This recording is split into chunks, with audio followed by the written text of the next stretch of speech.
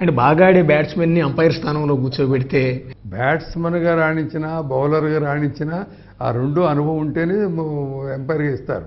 గతంలో స్పీకర్లుగా పనిచేసిన వాళ్ళు ఆ తర్వాత ఎన్నికల్లో ఓడిపోవటం వెలుతుగానే ఉంటుంది. స్పీకర్ కూడా వెలుతుగానే ఉంటుంది. ప్రతిపక్షమే లేకుండా నడిపిన ఏకైక స్పీకర్ బహుశా మీరే అవుతారేమో. నేనైతే కాదు.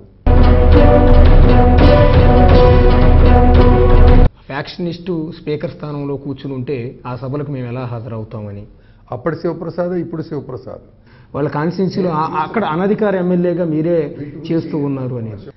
నేను ఆ ప్రజలకు బాకీ ఉన్నాను. అంటే అలాంటి పల్నాటి పులి ఇంట్లోనే బాంబులు వేయటం కూడా కొంత మీ సర్వీసులో అంటే బ్యాడ్ అనేది ఇన్సిడెన్స్ బ్యాడ్ నాకేం తెలీదు.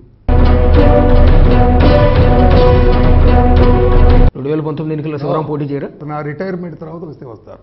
నేను ఉండగా రారు. 2019 ఎన్నికల్లో తెలుగుదేశం పార్టీ మళ్ళీ తిరిగి అధికారం చేపట్టే అవకాశం ఉందంటారా? 1000%, 1000%.